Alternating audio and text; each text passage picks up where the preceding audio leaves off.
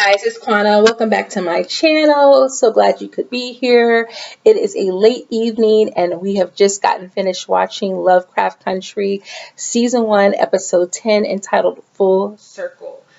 And I am very distraught because I do feel like that title of the episode is very telling to the idea that we may not get a second season of this show, which we have so grown to love. My hope is that, probably like many of you, that they have built this world up so complex with the multiverses and everything else that we could perhaps get spin-offs, that we could perhaps get another season, that we could see these characters again, because they have done so much to this world, so much beyond what is in the book. And so, but it does feel as though Misha Green and the team of Lovecraft Country deliberately wanted to make sure that we did have a self-contained first season, so that if there wasn't a renewal for a second season, that this show feels complete and that the story arc feels complete. And I'm happy that that's what we got, because it is always disappointing when you think you're going to get more of a show and then you don't. Hint, hint, the OA. And you feel like things aren't really wrapped up in a nice little bow. You feel like the story just kind of dangles. This story does feel complete, although they could do more, and we'll talk about that tonight. So do me a favor and hit the like button, hit the subscribe button, because you know I am about to go in on this show. We're going to do a recap, and then I'm going to talk about where we could go in the future. And so let's just begin. The show starts right where we left off. They are returning back to Chicago with Dee's body ready and prepared with the Book of Names to perform the renewal spell, to remove the curse from her.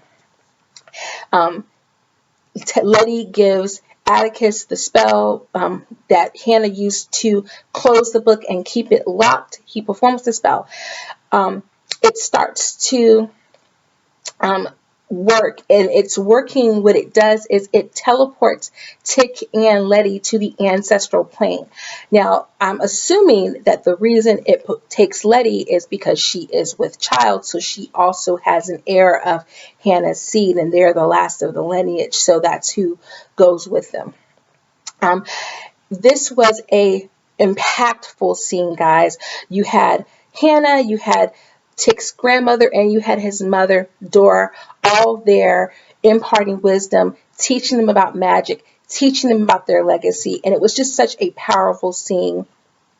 As a Black American, as a descendant of slaves, there is always this concept of wanting to discover your roots, to know your roots, to know where your people come from. And there's definitely like a very hard, fast endpoint where sometimes the journey ends and there's nothing more.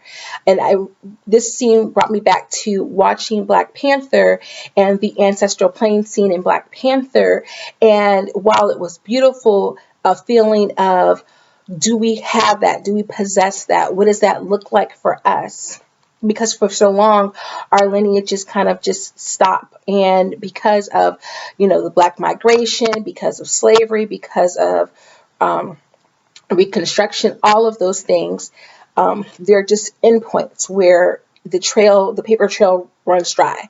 And if you don't have a great orator in your family who had passed on that heritage and that lineage, you don't know up to a point where your family goes.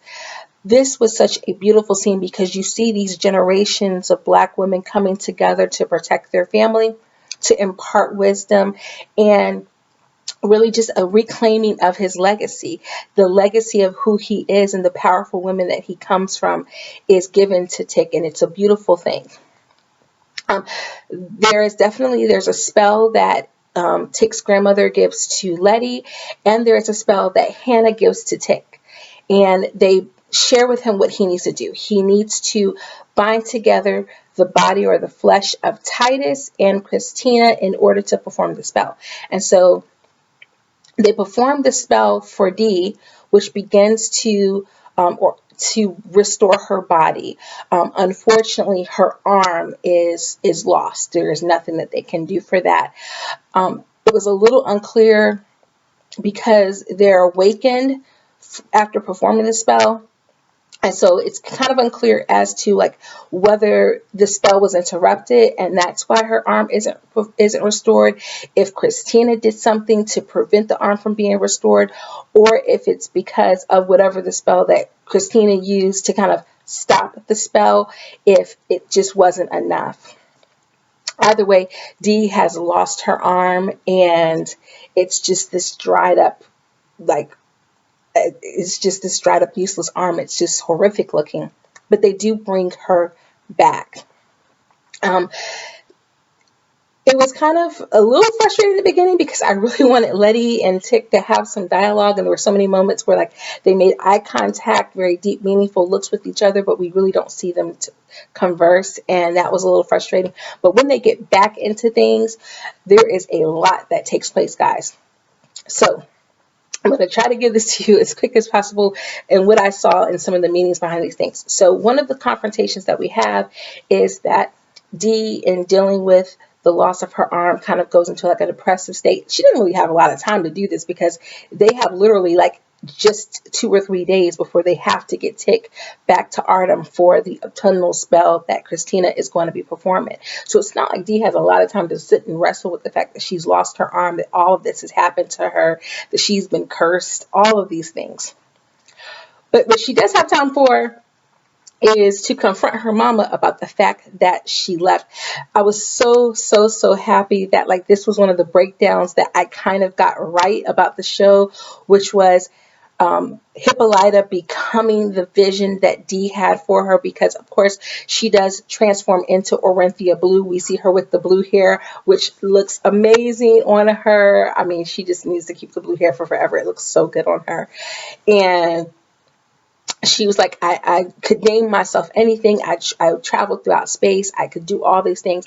And just as I hypothesized, she basically says, I had to become these things. I had to do these things so that I could be the person that you envisioned me to be.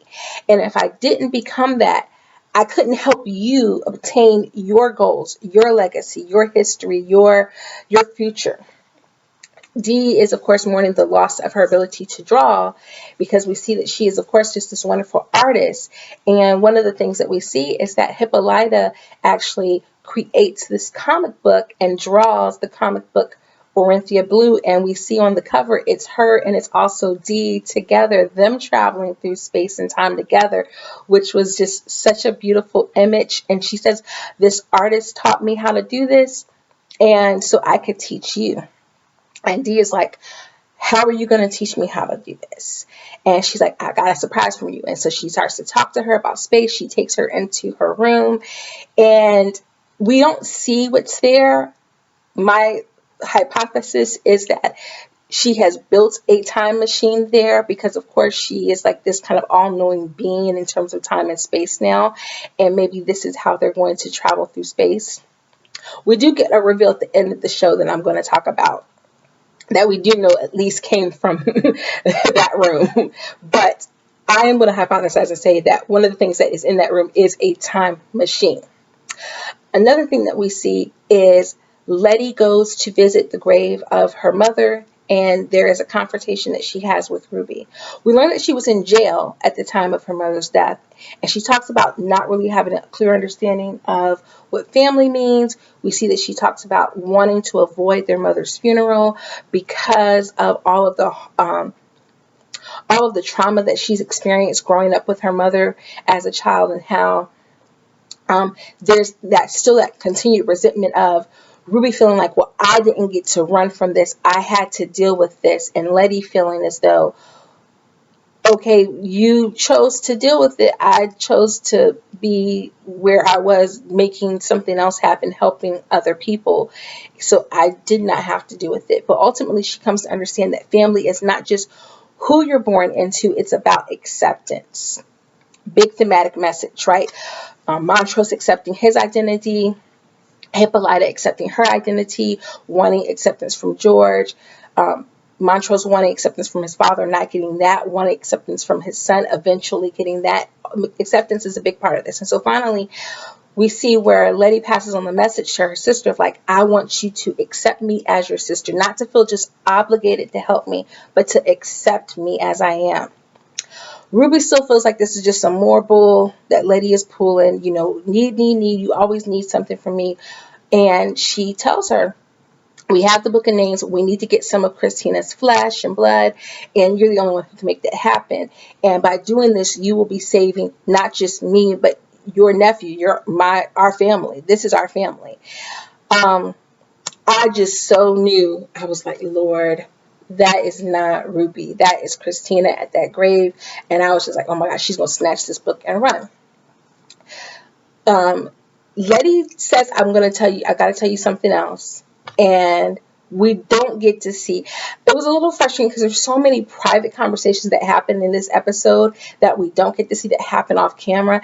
And I am praying that when we get the director's cut of this show, that there's just a lot of juicy nuggets that they left to give the viewers something else to look at when they get ready to release DVDs. And I'll be the first in line to purchase my copy, because I just know that there was maybe something else that was said between the two of them.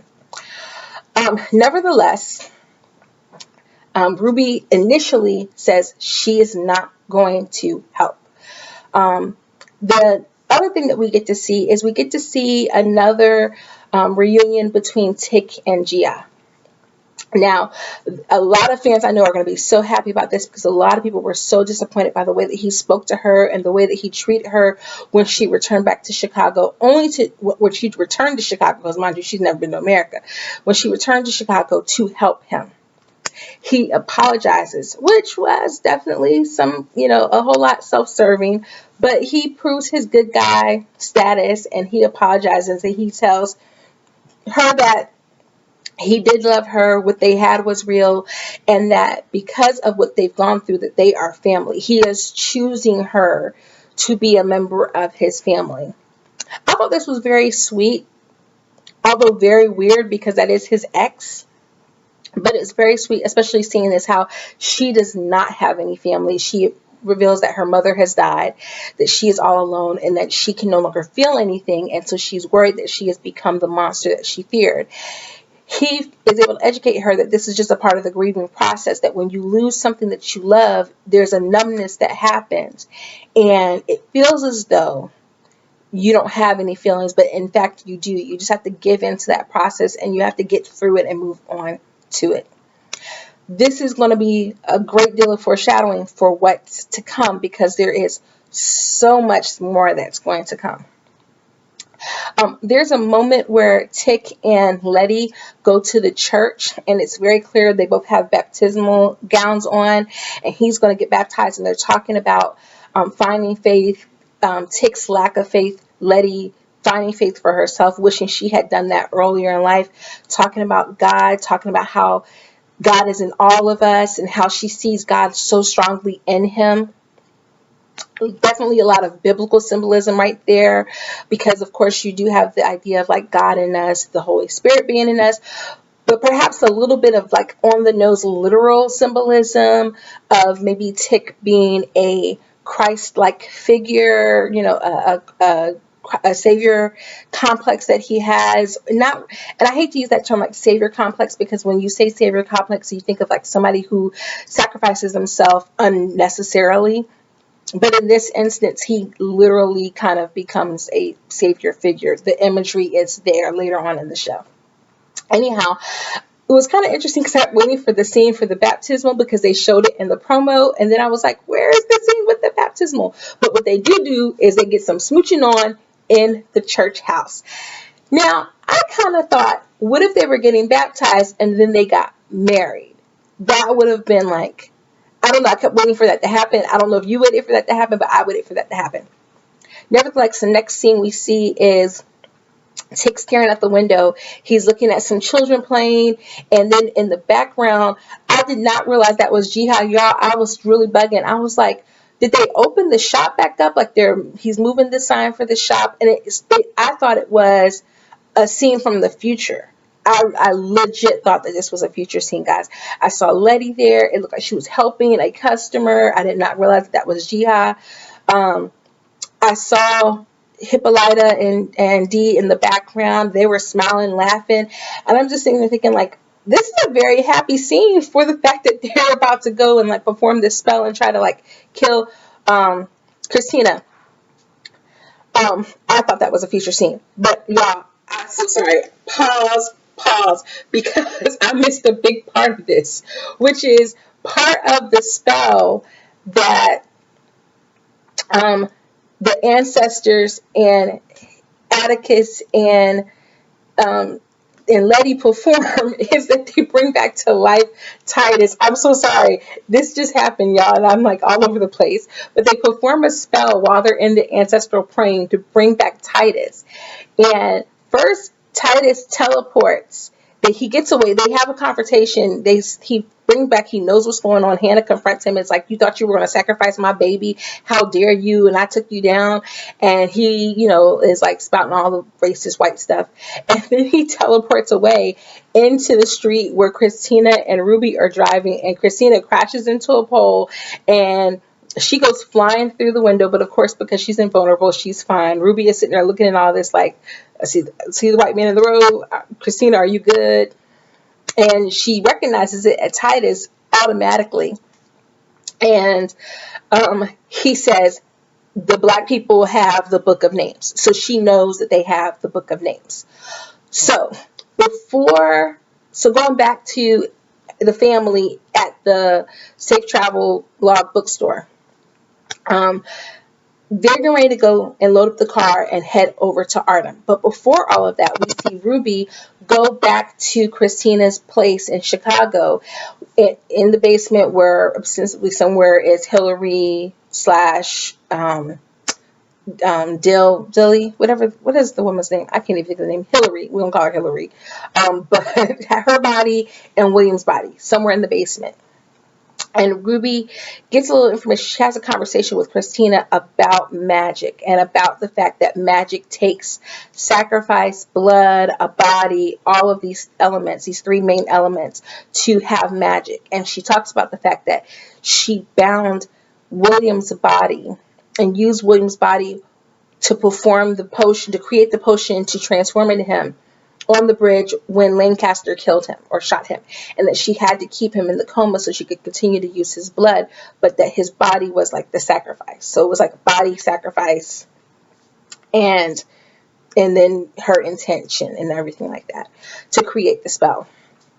There are some hints that Christina has maybe some kind of real feelings for Ruby. Ruby has some real feelings, and then they finally have like a actual like romantic scene between the two of them in their own individual forms.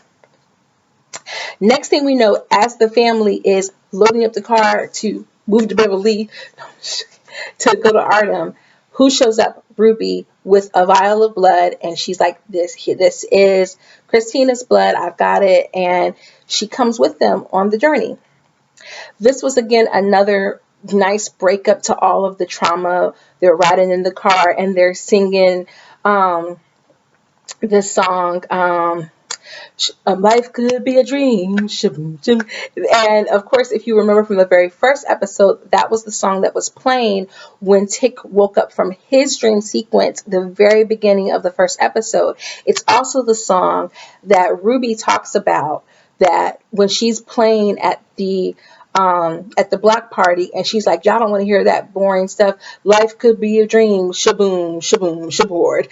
So now she's looking at them, and Hippolyta, Dee, and Jihar are singing it in the car. And so she finally like joins in, and then Tick joins in. And it's just like this little family unit riding like they're going on a little family road trip. It was a very cute scene, although kind of weird because, again, hello, you got baby mama in the front seat. You got ex-girlfriend in the back seat. You've got the sister-in-law who might have double-crossed you with her lover. You don't know. And we still don't get resolution to some of the big things that some of us were waiting on. So they get to Artem. We see them pouring salt to get ready to perform their own protection spells so that they can try to protect Tick and do this spell that they're going to be casting to try and ruin Christina's spell, prevent her from becoming immortal. Letty and Ruby are doing their spell protections in the tower, in the very same tower where Montrose was kept prisoner. Gia and Hippolyta are on the bridge putting their protection spells. Tick goes to the lodge. There's a bunch of the random white townspeople there who are, I guess, going to perform the ritualistic bathing on him that we saw in episode 2. And Montrose is still off pouring salt, things of that nature. He meets up with Hippolyta and Gia at the bridge.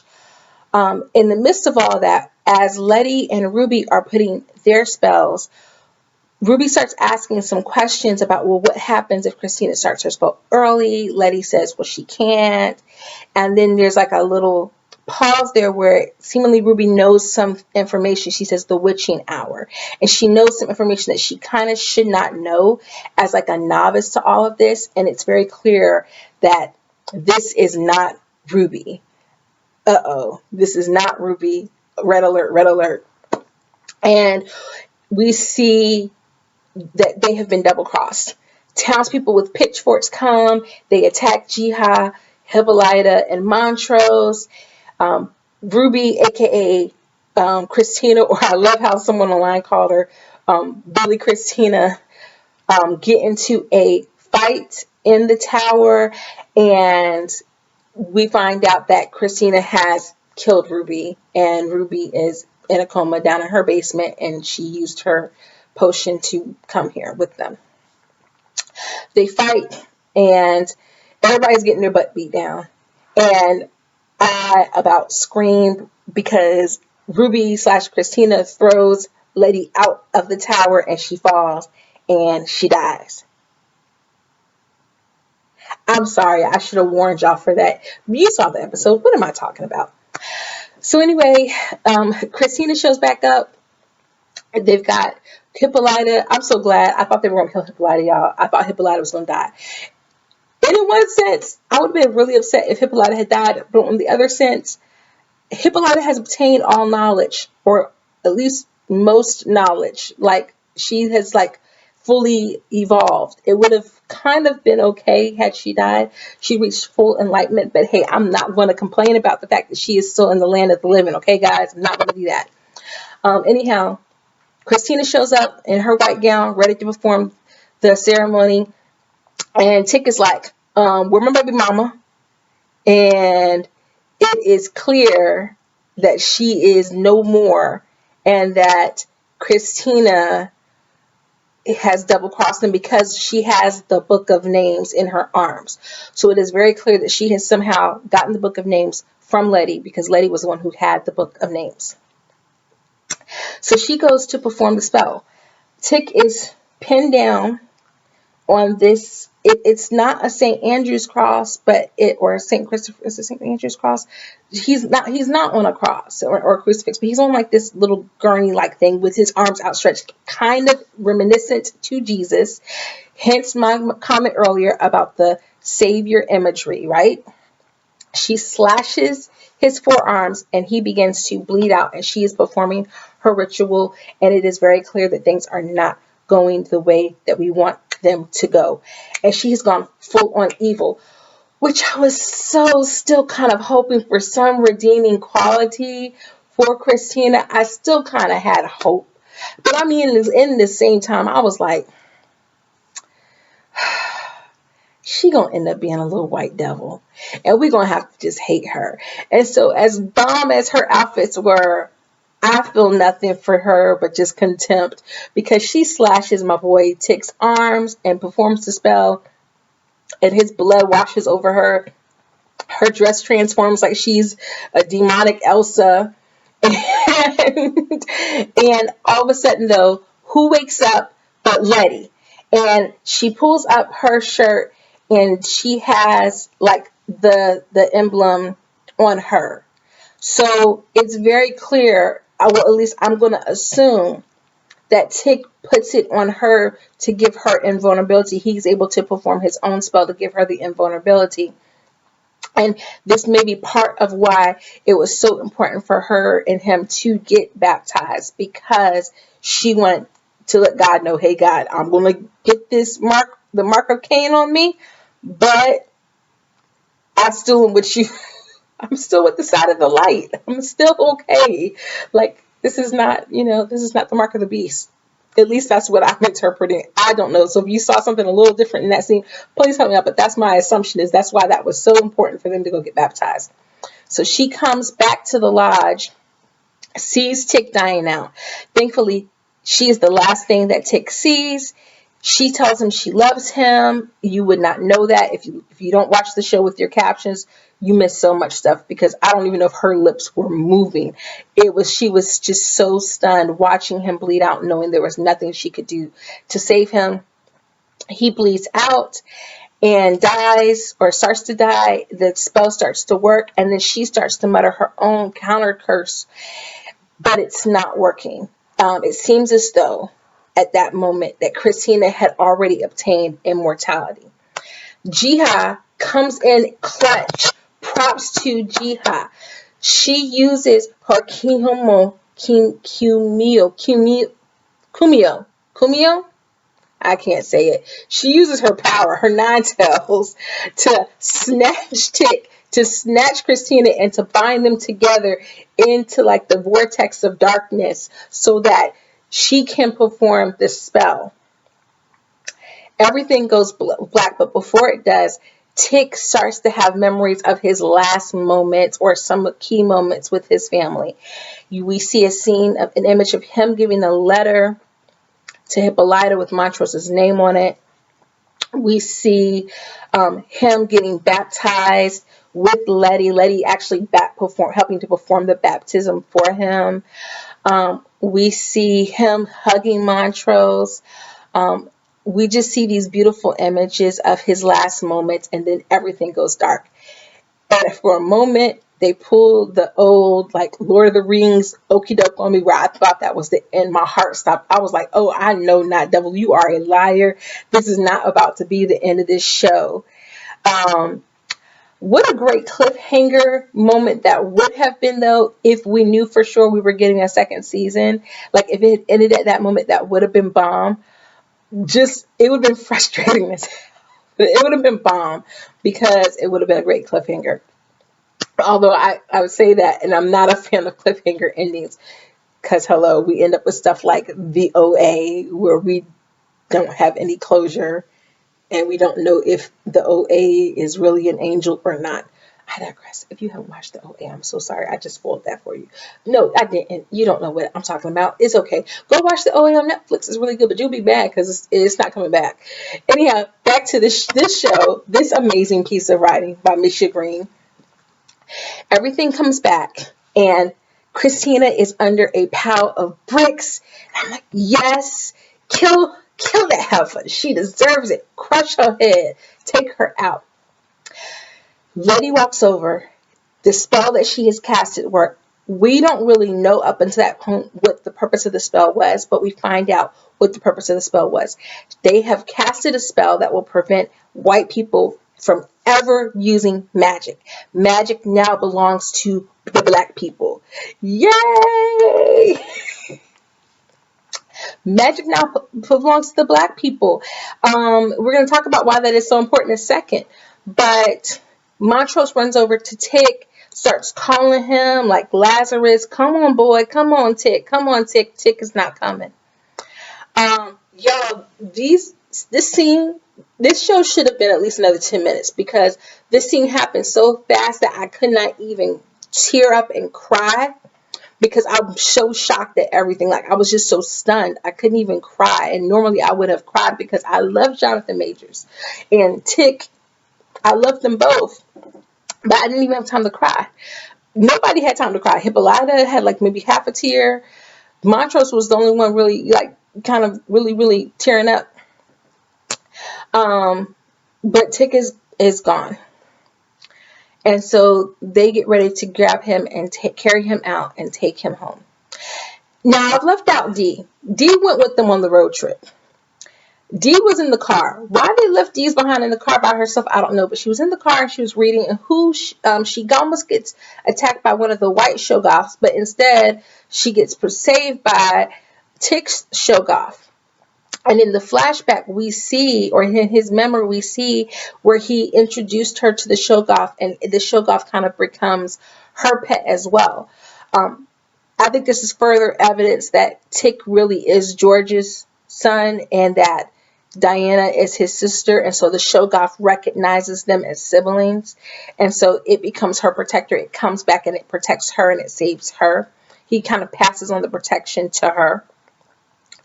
So in the last sequence, they are carrying Tick's body to head home. Montrose, Hippolyta, Gia, and Letty. I don't know where they think Diana is behind this, but Diana has headed over to the lodge with the Shoggoth.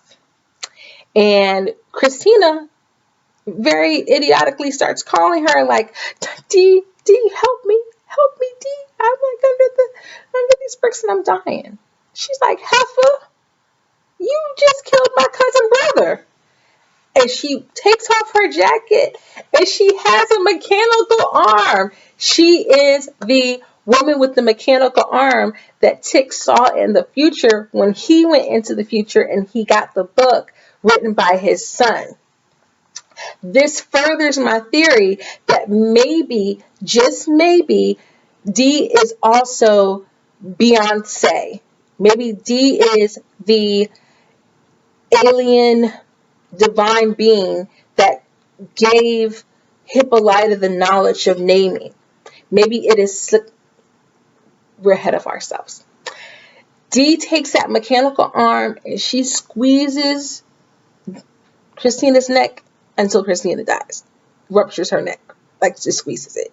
I was waiting for her head to pop off like a grape, or a cork. But I was not mad. Dee, between that and telling the cops that they stink and they smell like pigs, and just the sass of Dee, I love it. I love it. I love it. I love it because it is not a rude or inappropriate sass. It is the right amount of sass. It's like, I am not going to be afraid of you. I'm not going to be fearful of you. I am going to have power over you, and I'm going to exert my power, and I love it. This is the way that you write for a young Black woman. Amazing, amazing. I'm Jada Harris. I'm looking forward to seeing what this young woman gives us in the future. But she was amazing in this. And that was the end of Lovecraft Country, guys. That was the end of the show. We do not know yet. As of 11:39, October 18th, we do not know if it is going to come back for a second season. I did see one article that hypothesized that it would perhaps come back for second season in and around 2022, but I do not think that HBO has released any clear things yet about whether the show is going to come back, whether this was just a one-off or not. Maybe they're waiting to see the total numbers. I don't know. And I am not going to stop in the middle of this video and check Twitter. So if I am wrong about this, and if Misha Green has texted something or tweeted something out in the last hour, please let me know down below in the comments. Okay, so that was my full recap of the show. That was a lot to get there. I apologize. But I did not take as long as the show, so that's good. Okay, so let's just talk about some of the unanswered questions, and I'm also going to probably do a separate video that goes into this a little bit more detail. This will not have all of the unanswered questions. This will just have some of the major unanswered questions, and not really that they were unanswered. I think that they were answered. We just may not like the answer that we received. So the questions that were unanswered, the ones that were answered but we don't like the answer, are what I think could happen if they did. Or I should say, what's significant about this particular episode. I'll save my predictions of what we could get if we got a season 2. I'll save that for another video. So let's just talk about unanswered questions and what this show gave us in this episode. So again, I'll say that the theme of this was definitely family. And the theme of this was that is acceptance. It was legacy, it was sacrifice for your family, and ultimately it was that you also get to choose the family that you make. At the end of the day, Tick was trying to fight to protect this legacy. Montrose was trying to help his son reclaim this legacy. Ultimately, what Tick realized he had to fight for was his unborn child that he did not have when he started this journey. So it was his future more than his self, more than his past, more than his present. It was his future that you have to fight for the future. Montrose could not see that. He wanted Tick to survive, but ultimately Tick had to say, I can't survive. I need you to become the person that you needed to be in order to become the grandfather that my son is going to need. Letty has to fight for their unborn child. She cannot save Tick. She has to save herself because she has this child that she has to bring into the world. Hippolyta had to leave Diana. And although Diana did suffer, and we can talk about that, suffered at the hands of others, ultimately she had to become the fullness of her possibility so that she could give that to Diana. Now Diana has a possibility of a future that she would have never had before. And so there's a lot of that going on. There's a whole lot of full circle. As I started to hint earlier, there's a certain kind of like cyclical symbolism going on with the fact that, and even Tick mentions it in this episode, he literally saved himself because he went into the past, saved his mother, his father, and his uncle, whichever one is the uncle, whichever one is the daddy. We don't know, but we know that they all together, and they were all necessary for him to be alive, right? So he went to the past to save them. Ultimately, by saving them, he saved himself because he would have never been born if they hadn't saved them. So he needed to risk that to save himself. Likewise, Dee had to go through what she went through in order to lose her arm, get her mechanical arm, avenge Atticus, but ultimately she had to be separated from her mother and to lose her father so that her mother could go into space, discover parallel worlds, multiple worlds, parallel timelines, so that she could bring back that advanced technology from the future, give Dee this mechanical arm, which allowed her to avenge her cousin brother, and as we see from the comic, she becomes Orinthia Bloom, and Dee also becomes a discoverer, also becomes an adventurer, perhaps even becomes Beyonce or Seraphina, as it were, the angelic alien figure in space who gives Hippolyta the knowledge of names, of naming herself, and of dimensional travel. If my theory is correct, if that is Dee, all of that had to happen for Hippolyta to get that knowledge. If Hippolyta hadn't gotten the knowledge, Dee would not have the mechanical arm, probably have never known about time travel and space travel and world travel, and none of it would have happened. So all of those things had to happen in order for this to happen. Ultimately, though, what I love is, and if you listen to the HBO podcast, they mentioned it briefly on the podcast, that by proclaiming that magic now belongs to them, to Black people, it opens up a realm where, one, people who create these types of shows, the networks, the network execs, the producers, the directors, see that there is a huge audience of Black people who want to see space travel, magic, adventure stories, all of the things that Lovecraft gave us. In the SNL skit, which was completely a Lovecraft commercial, let's just face it, with Issa Rae last night, she's trying to explain the show, which is hard for a lot of people to explain. I don't have that problem. But it's hard for a lot of people to explain. But ultimately, it's all the things. And we are all the things. And we want all the things. We want space shows. And we want adventure shows. And we want horror. And we want mysticism. And we want space and time travel. But we don't always just want it when we're not there. So this myth about us not being drawn to these things, there's a reason why we're not drawn to it if we're not represented. Yeah, there are some exceptions to the rule. a hell of a lot of black people watched Game of Thrones. A whole lot. A whole lot of black people watched Watchmen. Okay, albeit Regina King getting Yahya Abdul, but Mateen, but I mean, like, there's a lot of shows out there that black people have been fans of for a long time.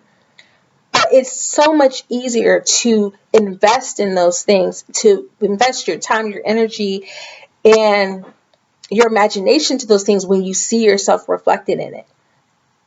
This show has been amazing at giving us that.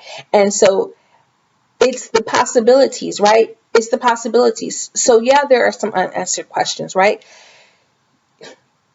Okay, some of them are answered. George is dead. George is dead and he's not coming back. Is the Shoggoth George?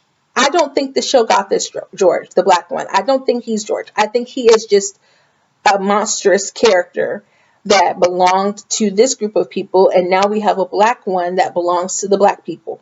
That's it. I don't think it's George. Do we know who actually was Tick's daddy? No. But as Dora said, it really didn't matter. They all were necessary to make Tick. They came together out of an immense, unimaginable amount of pain. And they had to do what was necessary to heal themselves to continue living. And out of all of that craziness, Tick was born. And he's here now. And they all loved him. So he was a child of love. Messy love, but love, So that was an answered question. You might not like that we don't have a definitive, put a pin in the answer, but it's an answer. Do we know who Beyonce is? No. I think it's D. I'm just saying, I think it's D. But there are possibilities. The possibilities are endless. But it's the question of God. It's the question of spiritualism in the show. There are no definitive answers because people have to determine for themselves what they believe in, and this show cannot answer that for you. It's just going to present you with possibilities. So no, it can't answer that question for you. Sorry, but we probably won't ever get that answer. Are there some questions that they could answer? Yes. And so I think definitely there leaves a lot to be excited about. If we get a season 2, there are a lot of possibilities that this show could go. But if it doesn't, if there is no season 2, and if the show is done, and this is it, and this iteration, has it done what it needed to do? Ultimately, yes. Because what it gave us at the beginning was a question about reclaiming your legacy. And the question of legacy is the question of possibility.